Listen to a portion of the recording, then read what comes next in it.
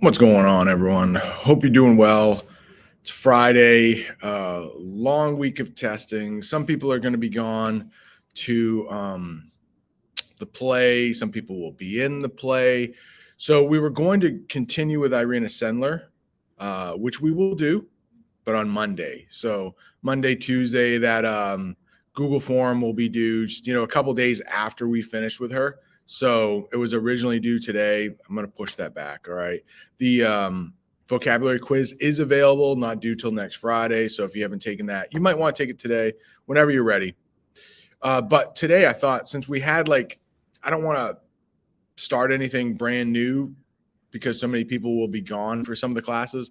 I thought we could do like a mini unit, like a 1 day, just kind of information kind of dump, no assessment to go along with this, but hopefully you could still learn a few things. I was watching a video last night. I think it's Infographics. Again, love that channel.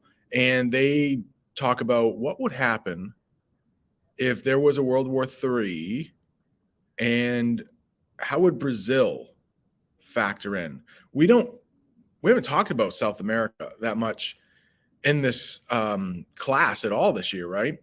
And I got a lot of people that I talk with around the world, but a lot in like South America, like Argentina and Brazil. So I wanted to just kind of focus on that part of the world for today. And it's all just a theory, but the infographics video brings up quite a few things about modern day politics that you might not be aware of, and a couple I would like to discuss beforehand. So they're going to use this one word right here, a pariah. That might be a new word. So no vocabulary quiz on this, but if you ever hear that, that's an outcast. And they are going to refer to Russia being like a global pariah now because of its invasion of Ukraine and the fact that they kind of look so weak. So they're going to talk about how China and Russia are kind of distancing themselves. I also want to talk about this, is that because we just got done talking about Anne Frank and World War II, the aftermath, like what happened to the Nazis after? And it's kind of interesting. Some, very few though, were brought to trial in this city called Nuremberg, and it's called like the Nuremberg trials. So there were some Nazis, some high-ranking Nazis, that were put on trial for war crimes and executed. It's a small percentage, but it did happen. So some, allergies, man. Some fled to Argentina.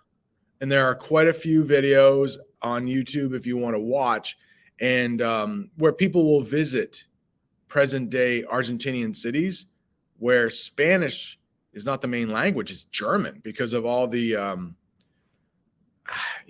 former Nazis, descendants, I guess, living down there.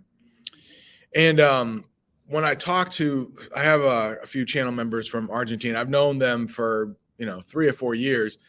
And when the vaccines for COVID were coming out a couple years ago, the U.S., I think we had 3 vaccines here, U.S. made. One might have been U.S. German made, and of course, when those vaccines came out, the U.S., wanted to give those to the U.S. citizens first. And I think then Canada and whatever.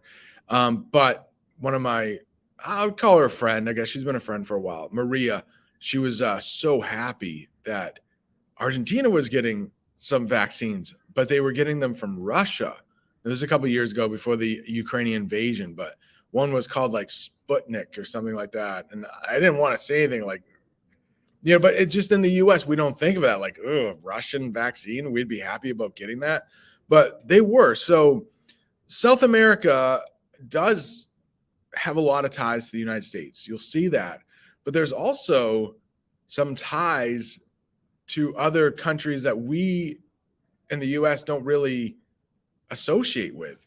So there's one thing I want to show you, because they're going to talk about it in the article. It's called BRICS. BRICS. I'm not sure if you've heard of this, but it literally stands for Brazil, Russia, India, China, and now South Africa.